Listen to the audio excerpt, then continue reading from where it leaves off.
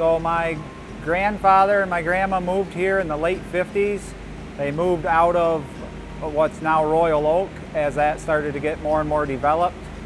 And at that time, my grandpa was actually an attorney, but they farmed on the side.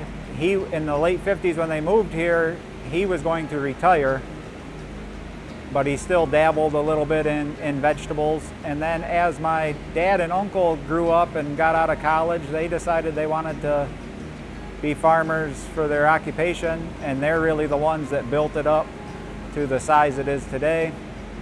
And then back in the early 2000s, my brother and I both got out of college. My title is partner. My role is field production. All of my grandparents were vegetable farmers and growing potatoes and tomatoes, and we grow bell peppers and cabbage, sweet corn. People ask me how long I've been farming, and I thought of a good I never knew a good answer for that, but I think the right answer is that I was born a farmer and I just never quit. Potatoes and sweet corn are two biggest crops that we grow, between 300 and 400 acres of each. Cabbage, we're about 120 acres, and bell peppers, we're between 30 and 40 acres, and about 40, 50 acres total of hard shell squash. So my family knew Dave Smith for a long time because way back when Dave was a potato farmer just down the road here. And I really got to know Dave Smith when I joined the Vegetable Council, and Dave was the director. In fact, Dave and I both live in Monroe County, and our meetings were always in Lansing. So most of the meetings we would carpool together, and we always laughed. We weren't sure why we had to have a meeting because Dave and I usually had all the problems solved by the time we got to the meeting location. Well, I've known the Horkeys for a long time. The original Horkey brothers, George and Carl, I've known from way back. It's been impressive to me and interesting to see George's sons, Travis and Doug, take on the lead in running the business in more recent times. I think to be successful in these times, you got to grow the crops that the market demands, and I think the Horkeys have done a good job of adjusting the mix and acreage of crops to do this. They also understand the importance of research and education. For many years, they've been cooperators with MSU researchers and extension educators.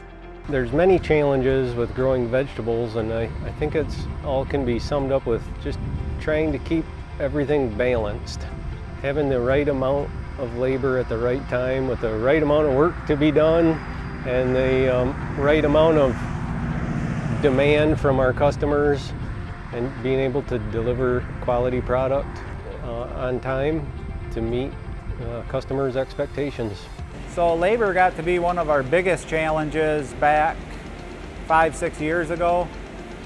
We did switch to the H2A program 4 or 5 years ago, and so that has helped tremendously. We still struggle a little bit finding truck drivers and forklift drivers, you know, the jobs that you don't typically use H2A workers for. It is still a big struggle, especially this year. I think being on the council and having a relationship with Dave Smith and the Vegetable Council, it really made us see a lot of the issues that face the industry, and we did get involved in some of those. In addition to recognizing good farming practices, this award also recognizes service to the industry. And it's been impressive to see Travis and Doug, while still relatively young, take on some pretty significant roles. Travis is currently serving as chair of the Michigan Potato Industry Commission, which funds research, promotes Michigan potatoes on behalf of the state's potato growers.